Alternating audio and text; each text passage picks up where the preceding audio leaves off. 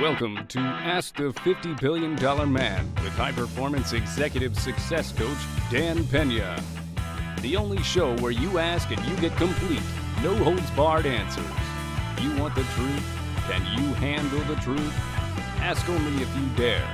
Head on to www.askthefiftybilliondollarman.com to submit your questions. And now, your host, Dan Peña. How you doing, kids? Welcome to Ask the $50 Billion Man podcast number 20. I hope this finds you in good stead, or good nick, as they say in Britain. Let's get started. What do you think happens to the untapped and wasted potential in a person the moment they die? Well, I'm pretty positive they have regrets they take into the afterlife. By becoming more mainstream, you're going to bring our attention on other personal development gurus who, to me, balance on the fake side. They look and sound like guys people send their credit card number to at the beginning stage of dementia. That's good. I like that. Their fortune, if real, comes 100% from their role as actor to bring motivation. Wait a minute. Motivation, enthusiasm, and everything else sucks. Suckers will pay for. Seems like everything good they say is a subset of what you bring concretely to the table, and the rest sounds like bullshit. Is my attitude too negative, or there something good to be picked up from everybody you bring around the QLA circle? Well, I'm not bringing those people around. You're talking about other people. Everybody, has helped somebody in some way, but nobody does what I do. And virtually all those guys, not all, but almost all those guys have made money by putting asses on seminar seats, selling books, and selling product. And I don't do that. I give all my product away. And the only seminar I give is the Castle. Albeit it's expensive, and I do it a few times a year, and I'm doing that because I want you to have skin in the game, because I want to, I mentor you for free for a year after that, and I work with you. But what you said is pretty much true. If you could, how would you advise that to your younger self, specifically to continuously raise higher and bigger but concrete goals? Could you suggest methodologies and practical tips? No, I wouldn't continue to raise higher and bigger goals. I'd start out with the bigger goals, bodacious goals. When President Obama said, many years ago, that he was going to be the first black president, I mean, that's a pretty fucking big, bodacious goal, considering, that was about 30 years ago. I mean, the idea of a black president in the early 80s, when Ronald Reagan was president, was unheard of. How do you recommend going out and getting better quality friends, and how do you recommend to go out and get a mentor? Well, again, I've told you, I have a short list of friends, but go to where there's high performance people. Go to your alumni association and look to who's been successful. Attract people that have a similar interest to you that have been successful. You can go to LinkedIn. The Kiwanis, Rotary, Toastmasters, etc. And then how do you find a mentor? The same way that I just mentioned, but you're looking for older people, men or women that have been successful. You want a mentor that is where you are, where they are, where you want to be. Do you think having a romantic partner or a significant other helps you in the business world? Yeah, but it does, because it gives you some sort of solidification. But as far as, unless they're in the business, and I don't recommend that, unless they're in the business, they're there to be your support factor. Numerous successful businessmen sold candy, newspapers, and something as a kid. They had an entrepreneurial aspect to them. Did Dan Peña have any signs of being a businessman at the young age? No, I didn't. I didn't have a paper route or do any of those things.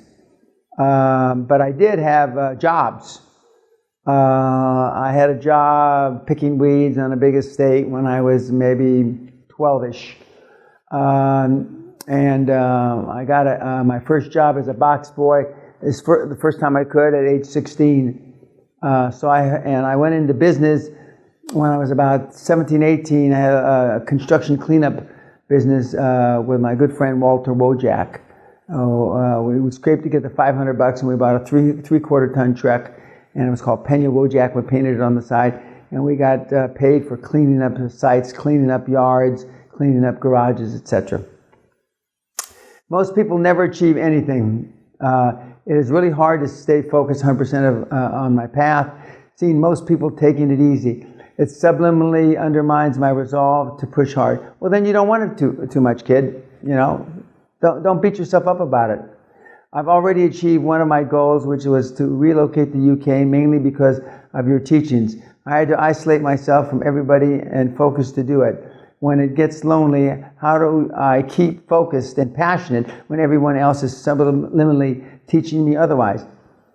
You got the wrong people around you. How many fucking times do I have to say, show me your fucking friends and I'll show you your future? I'm 18 years old and I have recently left high school. I'm in Northern Ireland. My only qualifications is 9 GCSEs, all B's and 1A. I'm very interested in perhaps starting a business. However, I basically have no experience to start from, and I don't know what field I want to enter into, so I feel kind of lost at the minute. What, if any, tips do you have for someone in my position, and what way would you go about it? By the way, I'm impressed at how you have dived headfirst into the online world. Inspiring. Well, thank you for that part. At 18, the odds are against you, but it's not impossible. I would get in and look for your passion. Find a mentor to work with you. My question regarding overcoming years of doubting myself, I have always been a very negative thinker. Having no business background, I have recently got seriously involved in becoming successful. However, I feel my negative thoughts are pulling me down every time things aren't going well. So my main question is, what's the best way to block out these negative thoughts and forget the person I used to be and become the person I want to be? Affirmations, goals.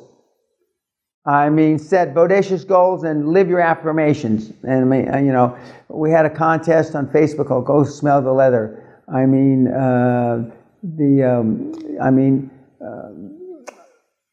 Get around high performance people.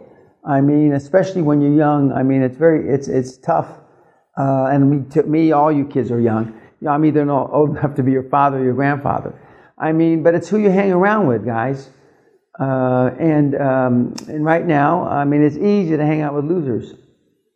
Dan, you talk about the importance of following your passion, and I agree. How do you find your passion, though, if you don't know what it is yet? Do you have any questions to ask yourself, strategies, techniques, or processes to follow? What did you love to do as a kid? What did you love to do when you were in school? Okay? What do you spend most of the time on reading? What subject matter? Those are how you find your passion. I know this is how cunts think, but have you ever felt like a fraud sitting on the front end of your projects, ambitions, goals before they begin? No, never. If I didn't believe in them, I wouldn't get involved with them. So, it's easy for me, and it should be easy for you if you believe in it. I've noticed a lot of high-performance, successful people are a little or sometimes a lot eccentric and crazy.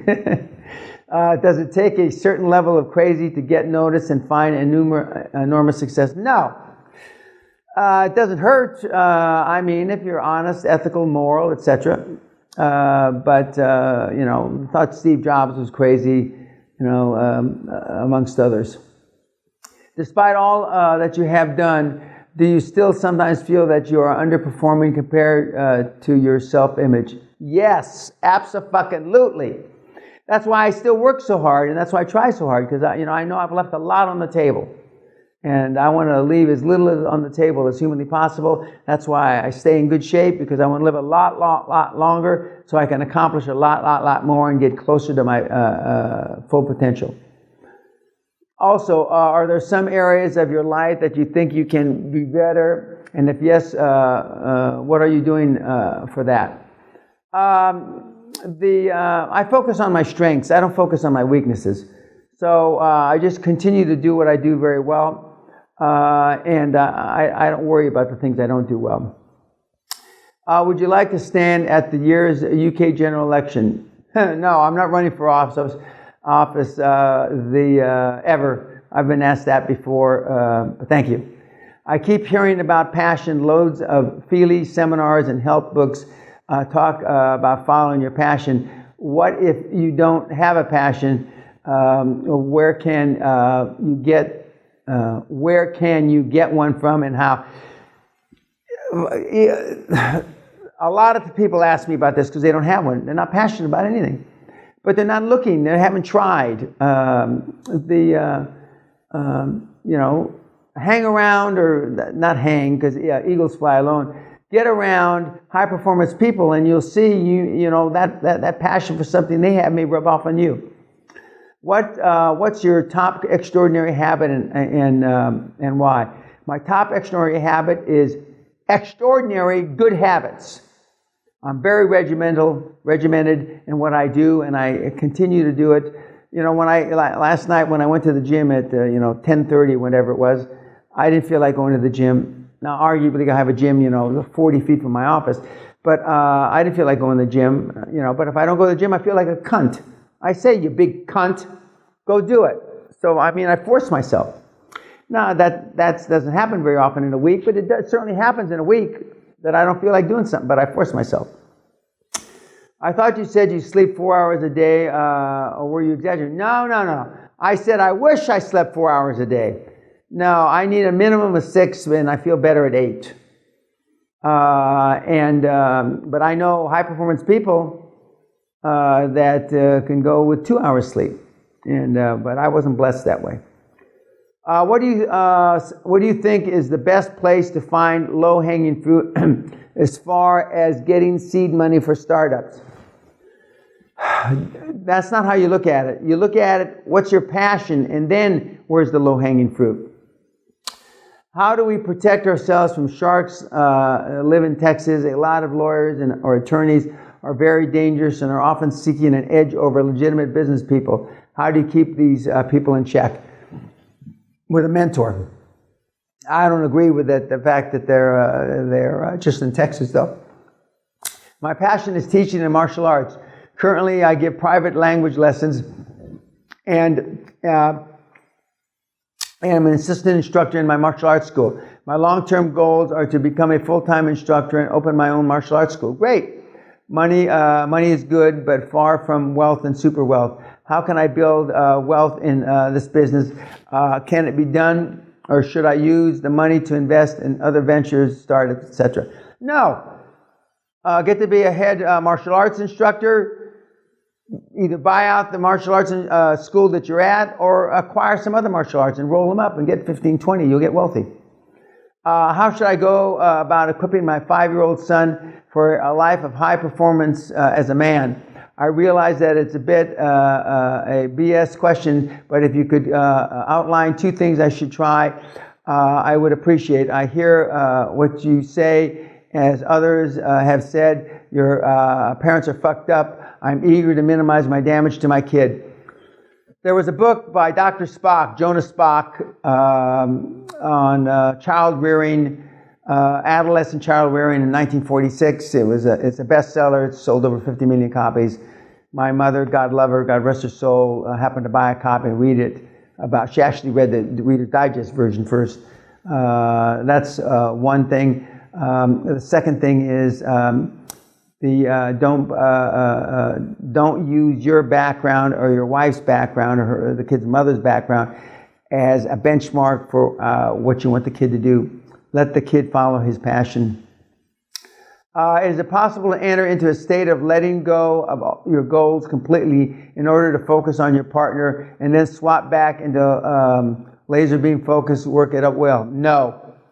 Is it possible to enter the Uberman sleep pattern 2 hours a night and still maintain a high standard of fitness? Yes. If your body can stand it. Yes, it is. You focus on how changing your mindset is key to all human success. In particular, you say being part of a military led to a shift. For me, it did, for sure. Can you recollect a particular day this shift occurred, and in what manner your perception changed? The day, July 1967, when the United States government deemed me an officer and a gentleman, and pinned my mother actually pinned my brown bars on my shoulders as a second lieutenant, and my life changed. That's the day, the very moment. Dan, when you sit down and make a plan for the year, month, week, what does it look like? What process do you follow? Are there any questions you ask yourself? I don't ask myself questions, but I prioritize. What's the most important that has to get done as soon as humanly possible, and I follow down. And I don't do it on a month or week basis. I do it on a daily basis. What is your personal definition of life and your reason for living? My personal definition of life is to live each day as if it were your last, as Mahatma Gandhi said. And the second part of what he said is after live each day as if it's your last, but live also as if you were going to live forever. And your reason for living, well, the last 22 years, my reason for living is to pull you kids across the goal line and to leave as little on the table as humanly possible vis-a-vis my own potential. What does your daily morning routine look like? My daily morning routine is I get up about 7:30. I read my emails and I get involved in conference calls. And I take quite a few pills. Although I'm young in the business world, I have already met many questionable personalities, including the insane, obsessive, violent, deranged, and even ultra greedy. I think we've met the same people. I'm surprised they're still around 50 years after I met them. When I strive to be a man of integrity and value, are there ways to safeguard myself of being polluted in the business world full of flawed personalities? Yes. Show me your friends and I'll show you your future. How did you put up with the many personality types throughout the course of your business career? I'm a strong personality, so it was easy for me to put them in check. It's difficult if you're not a strong personality to put them in check, and that's why your mentor is so important. If you could choose 5 persons from your influencers wall, dead or alive, to form a dream team under your lead as chairman in order to assist you in QLA mentoring program and answering weekly reports, who would you choose? Well, let me think. Andrew Carnegie, Henry Ford, Jesus Christ, Maggie Thatcher, and Attila the Hun. Do you plan the hours of the week and keep track in a weekly report? I don't anymore, but I have my mentees. How much do you improvise? I improvise a lot because I'm dealing with 70, 80, 90 mentees from the mentor program, so I have to improvise a lot. What are the most common problems on your mentees weekly report? Lack of focus. Dan, what are some questions you ask that many other people don't ask? Okay. Do you really want to do this? Are you willing to pay the price? Are you willing to make the sacrifices? When did you really start living your dream? I started living my dream when I got out of OCS, when I got out of the military.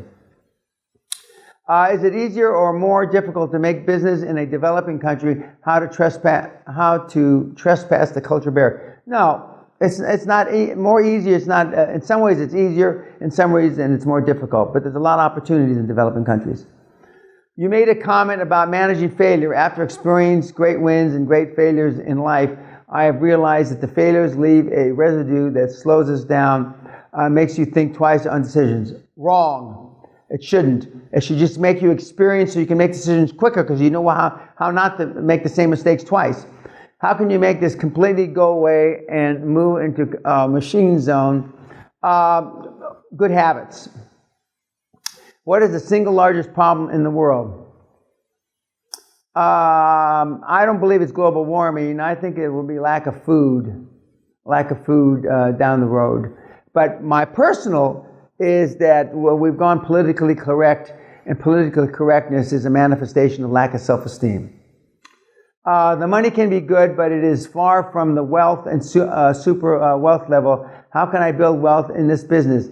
Can it be done, or should I use the money to invest in real estate or startups, etc.? What can you advise me in publishing my first book? You can self-publish. I'm not an expert on it, although I used to be in the publishing business.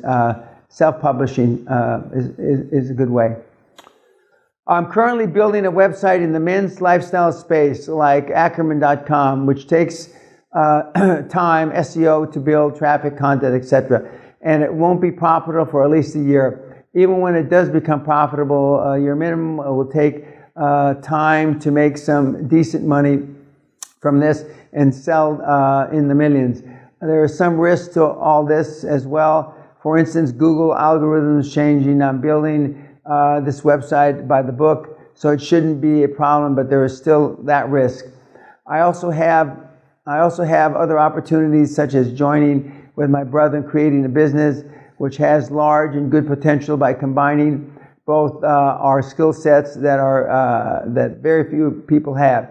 They can be profitable within 4 to 6 months. Then there is an opportunity to do, see, this kid's already got way too many opportunities. There is the opportunity to do some affiliate marketing and build some immediate residual income in short term. Again, this is also has good potential, profitable in 2 or 3 months. I see doing all these activities as diversifying my risk. You're full of shit. It's not diversifying your risk.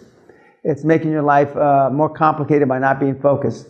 Building multiple streams of income and testing multiple things to see what works. What would you recommend? Do one of them. You sound like a cunt. What is the story behind the greatest business failure, my greatest business failure, and what was the lesson you took away from it? My biggest business failure was that I stayed with projects too long and with mentees, and keep thinking and believing and wanting and praying that they'll turn themselves around, and they don't. My intent is to get to my first seminar with you as soon as possible, whatever it takes. Okay, great. I look forward to meeting you. So my question to you would be, will you accept my first attempt at reaching the seminar and help reduce the time in which it takes for me to receive your wisdom and insights? No. You have to come like everybody else. A lot of people struggle to identify the one thing they're most passionate about, either due to uncertainty or confusion about several things they'd like to pursue. What is the surefire way anyone can use to figure out what they should do? Try a lot of things. I'm assuming you weren't born with the discipline and work ethic that you have today, so you must have gone through a great deal of change and growth to reach your level of efficiency. What was the hardest thing you have to do to facilitate your growth? Learn how to be focused. Would you recommend asking existing customers if they could be interested in financing your deal? Yes. Hi, Dan. What if I have no friends, or if my only friend is my girlfriend and I'm pretty much lost material? You can still do it. Friends are problems. How important is my wife's attitude toward my business? Well, your wife's attitude towards your business isn't really important. Your wife's attitude towards you is important. Has anybody ever finished your entire QLA Castle seminar without breaking, but still successfully walked out with the lessons and behavioral adjustments you intended for? Obviously, no. They all have some sort of break. It's not always visible in the seminar room, but it is visible on our one-on-one private time. If so, what in your opinion was it that allowed for them to achieve this? Because their desire for success was really enough for them to accept the idea, the notion, the proposition that they were going to have to, make sacrifices. Can you turn your life around at 50? Absolutely. You said you have been in a state of constant efficiency and hard work since you turned 39. No, I didn't. I said that I've been in flow state since most of my adult life, since I'm in my early 20s. Despite your level of focus and sustained momentum in your execution of work, did you ever find yourself in a stagnant state in regards to your financial or emotional progression? Not my emotional progression, but a few times in my financial progression, because you can't account for a lot of things in life, and sometimes you get in deals that take a lot longer than you thought. In fact, most times you do.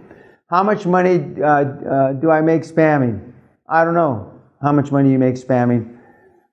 You stated that a life without change is death, but how did you recognize when and how to change? And did you have to change your method recognizing when you change? No. You recognize that you, everybody that listens to Dan Peña, everybody that listens to QLA, not everybody, almost everybody is desperate. There's a few inspired. So you recognize it yourself. You know when you have to change. Okay, nobody likes it. I have an ego, but I don't think I'm snobby or look down on anyone. Just trying to be the best me for some time now. I've found it really hard to connect with people. I'm confident and can talk, but to put it bluntly, most people bore the shit out of me and their normal life problems. I can tell they aren't happy. I can tell they aren't being themselves, and I can't see any passion in their eyes.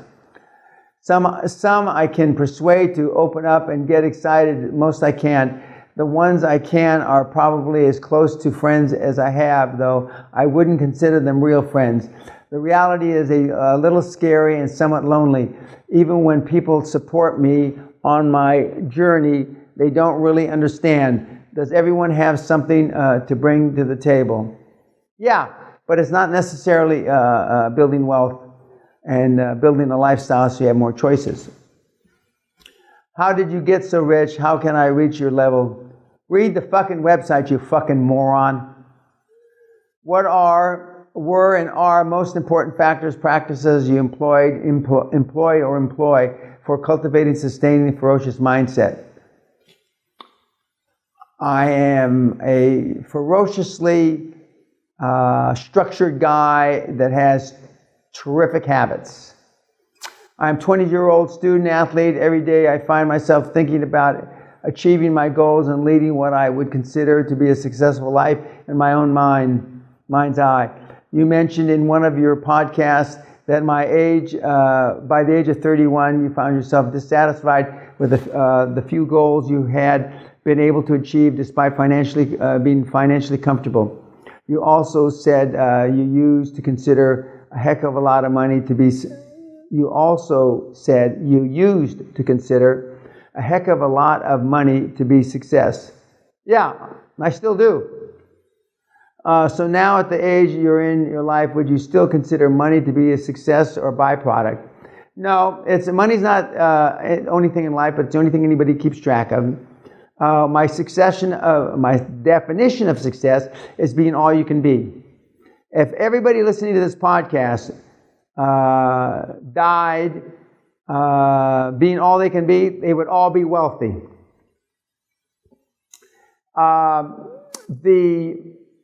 The podcast time is over.